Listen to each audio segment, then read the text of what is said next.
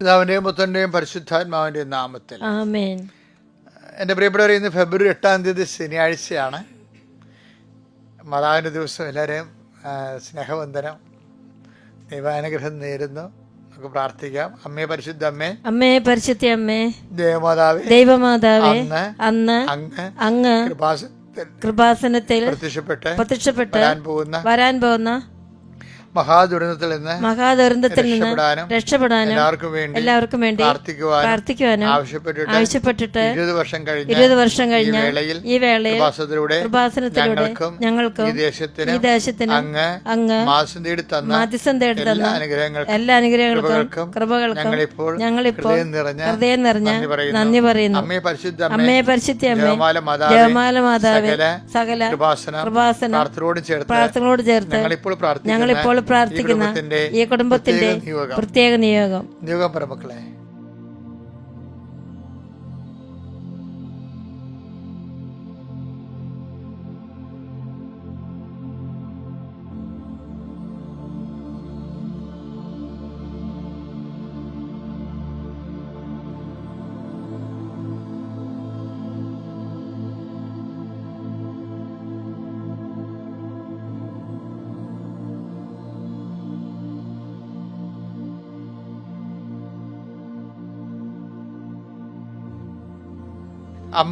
അമ്മയുടെ പ്രത്യക്ഷീകരണത്തിന്റെ വേളയിൽ ഞങ്ങൾക്ക് കനിയണമേ. വിശ്വാസ പ്രമാണം.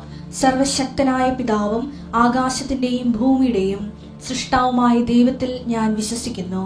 അവിടുത്തെ ഏകപുത്രനും ഞങ്ങളുടെ കർത്താവുമായ ഈശോമിശിഹായിലും ഞാൻ വിശ്വസിക്കുന്നു. ഈ പുത്രൻ പരിശുദ്ധാത്മാവിനാൽ ഗർഭസ്ഥനായി കന്യകാമറിയത്തിൽ നിന്ന് പിറന്ന് പൊന്തിയോസ് പീലാത്തോസിന്റെ കാലത്ത് പീഡകൾ സഹിച്ച് കുരിശിൽ തറയ്ക്കപ്പെട്ട് മരിച്ച് അടക്കപ്പെട്ട് പാതാളങ്ങളിൽ ഇറങ്ങി മരിച്ചവരുടെ ഇടയിൽ നിന്ന് 3-ാം നാൾ ഉയർത്ത് സ്വർഗത്തിലേക്ക് എഴുന്നള്ളി സർവശക്തിയുള്ള പിതാവായ ദൈവത്തിന്റെ വലതുഭാഗത്തിരിക്കുന്നു. അവിടെ നിന്ന് ജീവിക്കുന്നവരെയും മരിച്ചവരെയും വിധിക്കുവാൻ വരുമെന്നും ഞാൻ വിശ്വസിക്കുന്നു. പരിശുദ്ധാത്മാവിലും ഞാൻ വിശ്വസിക്കുന്നു. വിശുദ്ധ കത്തോലിക്കാ സഭയിലും പുണ്യവാന്മാരുടെ ഐക്യത്തിലും പാപങ്ങളുടെ മോചനത്തിലും ശരീരത്തിന്റെ ഉയർപ്പിലും നിത്യമായ ജീവിതത്തിലും ഞാൻ വിശ്വസിക്കുന്നു. ആമേൻ. സുഖസ്ഥനായ ഞങ്ങളുടെ പിതാവേ, അങ്ങയുടെ നാമം പൂജിതമാകണമേ. അങ്ങയുടെ രാജ്യം വരണമേ. അങ്ങയുടെ തിരുമനസ് സ്വർഗത്തിലെ പോലെ ഭൂമിയിലും ആകണമേ. അന്നു വേണ്ടുന്ന ആഹാരം ഇന്ന് ഞങ്ങൾക്ക് തരണമേ. ഞങ്ങളോട് തെറ്റ് ചെയ്യുന്നവരോട് ഞങ്ങൾ ക്ഷമിക്കുന്നത് പോലെ ഞങ്ങളുടെ തെറ്റുകൾ ഞങ്ങളോടും ക്ഷമിക്കണമേ. ഞങ്ങളെ പ്രലോഭനത്തിൽ ഉൾപ്പെടുത്തരുതേ, തിന്മയിൽ ഞങ്ങൾ രക്ഷിക്കണമേ. ആമേൻ. നന്മ നിറഞ്ഞ മറിയമേ, സ്വസ്തി. കർത്താവ് അങ്ങയുടെ കൂടെ സ്ത്രീകളിൽ അങ്ങ് അനുഗ്രഹിക്കപ്പെട്ടവളാകുന്നു. അങ്ങയുടെ ഉദരത്തിൻ ഫലമായി ഈശോ അനുഗ്രഹിക്കപ്പെട്ടവനാകുന്നു. പരിശുദ്ധ മറിയമേ, തമ്പുരാന്റെ അമ്മേ, പാപികളായ ഞങ്ങൾക്ക് വേണ്ടി ഇപ്പോഴും ഞങ്ങളുടെ മരണസമയത്തും തമ്പുരാനോട് അപേക്ഷിക്കണമേ. ആമേൻ. അനുഗ്രഹ പ്രാർത്ഥന. കർത്താവിന്റെ ഉന്നതമായ നാമത്തിന് സ്വസ്ഥം ചെയ്യുന്നു. കർത്താവിന്റെ വിശുദ്ധ പൗരോഹിത്യത്തെ മഹത്വപ്പെടുത്തണമേ.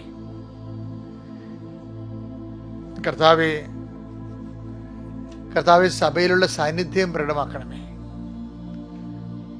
39 വർഷം ഞാൻ അർപ്പിച്ച കുർബാനയുടെ യോഗ്യതയാ. കൃപാസനം അൾത്താറെ ജീവനോടെ പ്രത്യക്ഷപ്പെട്ട പരിശുദ്ധ അമ്മയുടെ മാധ്യസ്ഥത്തിലെ അൾത്താറയിൽ നടന്ന 10,000-കണക്കിന് ആരാധന ശക്തിയാൽ പിതാവിന്റെയും പുത്രന്റെയും പരിശുദ്ധാത്മ നാമത്തിൽ ഞാൻ പ്രഭാതത്തിൽ മക്കളെ ആശീർവദിക്കുന്നു. കർത്താവ് കൃപാസനത്തിന്റെ ഉടമ്പടി എടുത്തവര് തലങ്ങും വിലങ്ങും ലോകം മുഴുവനും എല്ലാ ജില്ലകളിലും എല്ലാ രാജ്യങ്ങളിലും കർത്താവ് സുവിശേഷ വേല ചെയ്യുന്നുണ്ട്. അവർ കർത്താവിനെ അറിയാത്തത് അറിയിക്കുന്നുണ്ട്. 18 ഭാഷകളിലെ പത്രങ്ങൾ 18 രാജ്യങ്ങളിൽ കൊടുക്കുന്നുണ്ട്. അവിടെ സുവിശേഷ വേലകളോട് ചേർത്ത് വെച്ചുകൊണ്ട് അടിയൻ പ്രാർത്ഥിക്കുന്നു. എല്ലാ ധ്യാന കൃപാസനം ലോകം മുഴുവൻ നടന്നുകൊണ്ടിരിക്കുന്ന ധ്യാനങ്ങൾക്കെല്ലാം വേണ്ടി പ്രേക്ഷിത പ്രവർത്തനം ചെയ്യുന്ന ആയിരക്കണക്കിന് മനുഷ്യരുണ്ട്. അവിടെയെല്ലാം പ്രാർത്ഥനയും സൽപ്രവർത്തികളും ചേർത്ത് വെച്ചുകൊണ്ട് പ്രാർത്ഥിക്കുന്നു.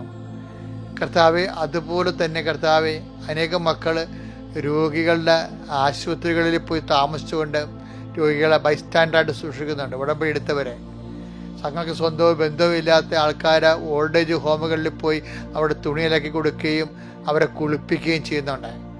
അങ്ങനെ വലിയ കനത്ത സുവിശേഷ വേല നടന്നുകൊണ്ടിരിക്കുന്ന അവരുടെ എല്ലാ സുവിശേഷ വേലകളും ചേർത്തുകൊണ്ട് ഞാൻ അങ്ങയുടെ മക്കൾക്ക് വേണ്ടി പ്രാർത്ഥിക്കുന്നു. ആരെല്ലാം ഈ ലോകത്ത് ഈ പ്രാർത്ഥന കേൾക്കുന്നുവോ, ആരെല്ലാം ഹൃദയവേദന അനുഭവിക്കുന്നുവോ, നിങ്ങൾ ഈ ജന്മത്തിൽ രക്ഷപ്പെടാൻ ഒരു മാർഗമില്ലെന്ന് ആരെങ്കിലും നിങ്ങൾ പറഞ്ഞിട്ടുണ്ടെങ്കിൽ ദൈവ പൈതലെ ഓർക്കുക, ഈ നിമിഷം മാതാവിൻ്റെ മധ്യസ്ഥത്തിൽ കർത്താവ് നിന്നെ വീണ്ടെടുക്കാൻ പോകുന്നു.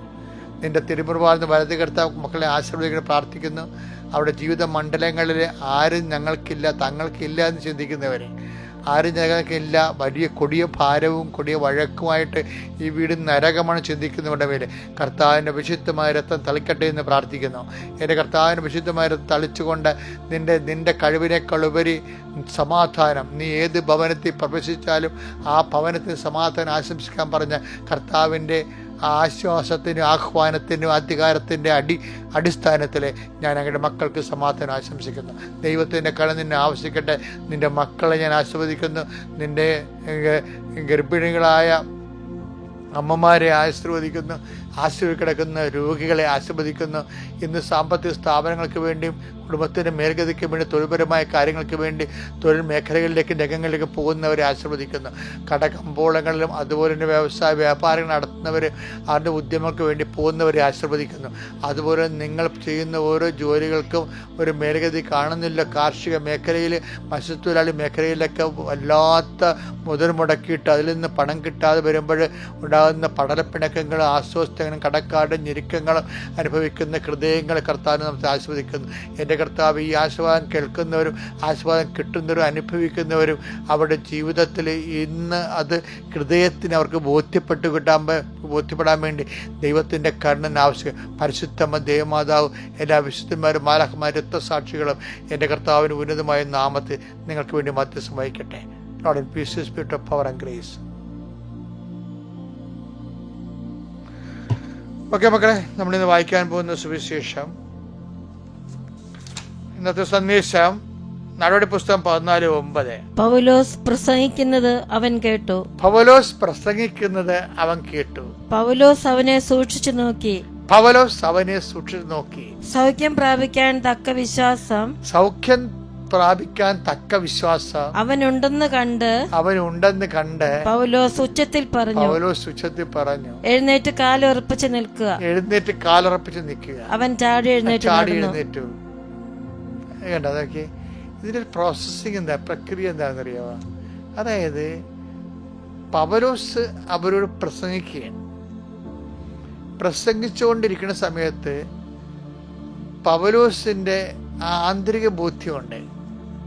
പൗലോസ് തന്നെ നേരത്തെ പറഞ്ഞിട്ടുണ്ട്, എൻ്റെ പ്രസംഗം അത്രയും മെച്ചമൊന്നുമല്ല, എനിക്ക് വാക്ചാതുര്യമൊന്നും ഇല്ല എന്ന് പറഞ്ഞിട്ടുണ്ട്. തന്നെയല്ല, പുള്ളിയുടെ പ്രസംഗം അരോചകമായിട്ട് ഇവിടുത്തെ താഴെ ഉരുണ്ടുപടച്ച് ഉറക്കം താഴെ വീണിട്ടുണ്ട്. പക്ഷേ ഇവിടെ സിറ്റുവേഷൻ വ്യത്യാസമുണ്ട്. എന്താ പ്രശ്നം വെച്ച് കഴിഞ്ഞാൽ, ഒരു മകൻ ഈ പ്രസംഗം ഇങ്ങനെ ശ്രദ്ധിച്ചുകൊണ്ടിരിക്കുകയാണ്. അവൻ അതിൻ്റെ പ്രസംഗത്തെ ശ്രദ്ധിക്കുന്നതായിട്ട് ഒരു ആന്തരികമായ ഒരു അനുഭവം പൗലോസിന് തോന്നി. പൗലോസ് എന്താ തോന്നി വെച്ചാൽ ഒന്നുകൂടെ വായിച്ചത്, പൗലോസ് പ്രസംഗിക്കുന്നത് അവൻ കേട്ടു. പൗലോസ് അവനെ സൂക്ഷിച്ചു നോക്കി. സൗഖ്യം പ്രാപിക്കാൻ തക്ക വിശ്വാസം അവനുണ്ടെന്ന് കണ്ട് പൗലോസ് ഉച്ചത്തിൽ പറഞ്ഞു, എഴുന്നേറ്റ് കാലുറപ്പിച്ച് നിൽക്കുക. അവൻ ചാടി എഴുന്നേറ്റ് നടന്നു. എന്താ പ്രശ്നം വെച്ചാല്, ഒരു മുടന്തനെ സുഖപ്പെടുത്തണം.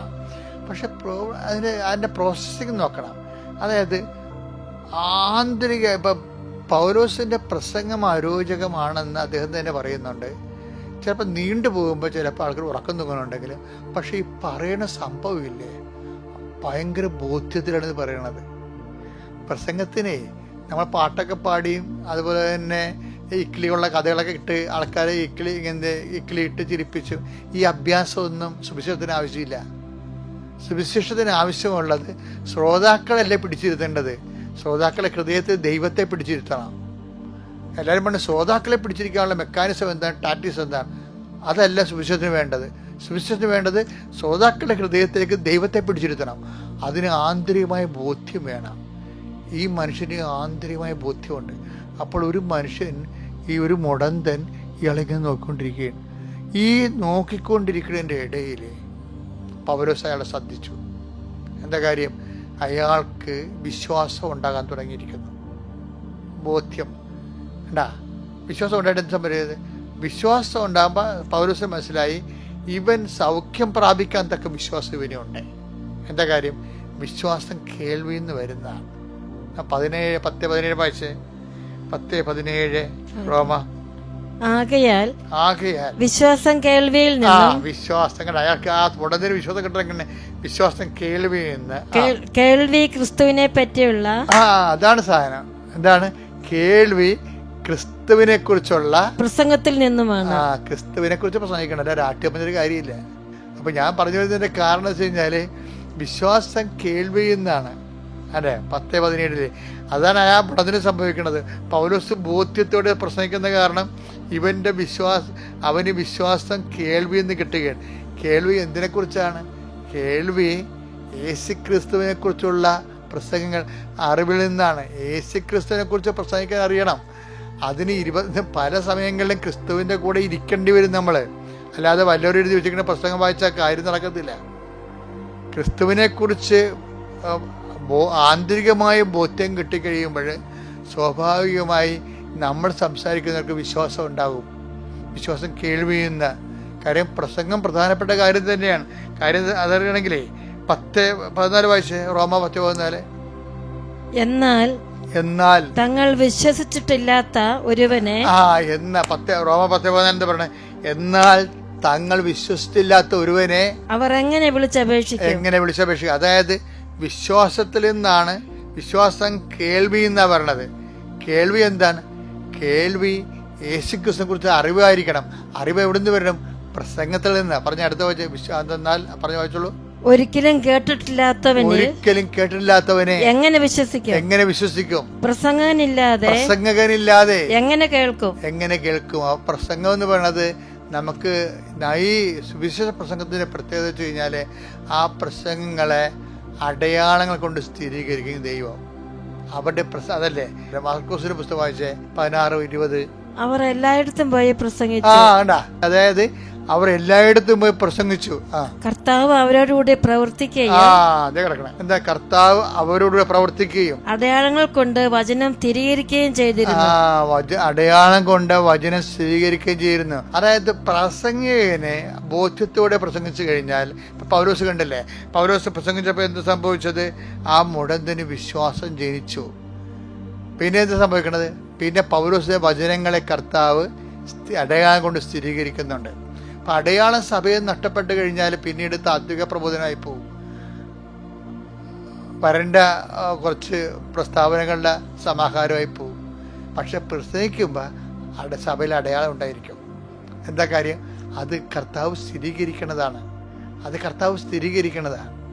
അപ്പം കർത്താവ് അടയാളം അപ്പം ചിലർക്ക് വചനം പ്രയോജനപ്പെടും, ചിലർക്ക് പ്രയോജനപ്പെടുത്തില്ല. ഇപ്പം പൗലോസിന്റെ മുടന്തിന്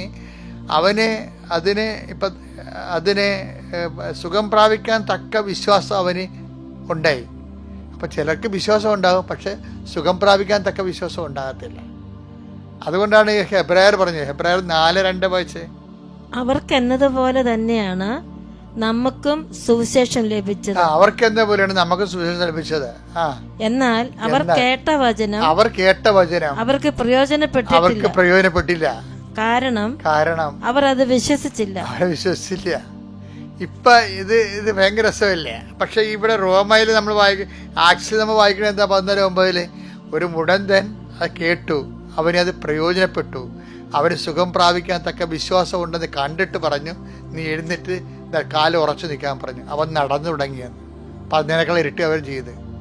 അതായത് ഇന്നും ഇതെല്ലാം സാധ്യമാണ്. എന്താ കാര്യം? നമ്മളെ ക്രിസ്തുവിനെയാണ് പ്രസംഗിക്കുന്നതെങ്കിൽ, ക്രിസ്തുവിനെ പ്രസംഗിക്കുന്നത് വിടുതലിന് വേണ്ടിയാണ്. കാര്യം നമുക്ക് കൃപ ആർജിക്കാനും അതേസമയം തന്നെ മറ്റുള്ളവർക്ക് കൃപയിൽ വളർത്താനും വേണ്ടി ഉള്ള സുവിശേഷ മുന്നേറ്റങ്ങൾക്ക് എപ്പോഴും അടയാളം ഉണ്ടാകും. അല്ല അതൊരു കാലഘട്ടത്തിൽ ഉണ്ടായതാണ്. നമ്മുടെ നിവർത്തികേട് കൊണ്ട് വേറെ ഒരു തരികിട പ്രസ്താവന ഇറക്കി വെക്കേണ്ട കാര്യമില്ല.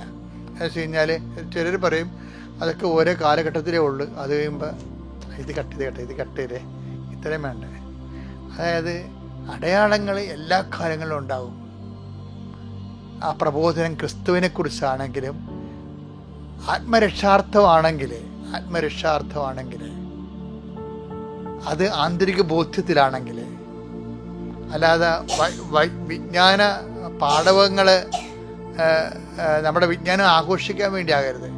മറിച്ച് ഈ ആത്മാവ് വീണ്ടെടുക്കപ്പെടണം, ക്രിസ്തുവിനെ അറിയണം. അവന് വേണ്ടി കൂടിയാണ് ക്രിസ്തു ക്രൂശിക്കപ്പെട്ടത്. ക്രിസ്തു ക്രൂശിൽ മരിച്ച് അവസാനം വരെ രക്തം ചിന്തി മരിച്ചിരിക്കുന്നത് ഇവന് വേണ്ടി കൂടിയാണ്. ഞാൻ ക്രിസ്തുവിനെ സ്നേഹിക്കുമ്പോൾ ക്രിസ്തുവിനെ അറിയാത്ത ഒരാൾ എൻ്റെ മുമ്പിൽ ഉണ്ടാവാൻ പാടില്ല എന്നുള്ള ആന്തരികമായ ആത്മതാവും ആത്മഭാരത്തിലാണ് ശരിക്കും പൗലോസ് പ്രസംഗിക്കുന്നത്. നമ്മളും ഇതുപോലെ സുവിശേഷ കൈമാറ്റം നടത്താൻ വേണ്ടി ആഗ്രഹിച്ചു കഴിയുമ്പോൾ നമ്മൾ പിന്നെ ചെയ്യണ ദൈവമായിരിക്കും നമ്മളിലൂടെ പ്രവർത്തിക്കുന്നത്. വലിയ സുവിശേഷ സാക്ഷികളായി ജീവിക്കാൻ നോക്കണം മക്കളെ. പ്രൈസറാണ്. അത്യപൂർവ ദൈവാനുഭവങ്ങൾ ഇനി നിങ്ങൾക്കും സ്വന്തം. ഈ യൂട്യൂബ് ചാനൽ ഇതുവരെ സബ്സ്ക്രൈബ് ചെയ്തിട്ടില്ലെങ്കിൽ ഇപ്പോൾ തന്നെ സബ്സ്ക്രൈബ് ചെയ്യുക. ഈ വീഡിയോ ഇപ്പോൾ തന്നെ നിങ്ങളുടെ സുഹൃത്തുക്കൾക്ക് ഷെയർ ചെയ്തുകൊണ്ട് കർത്താവിന്റെ പ്രേക്ഷിതരാകുക.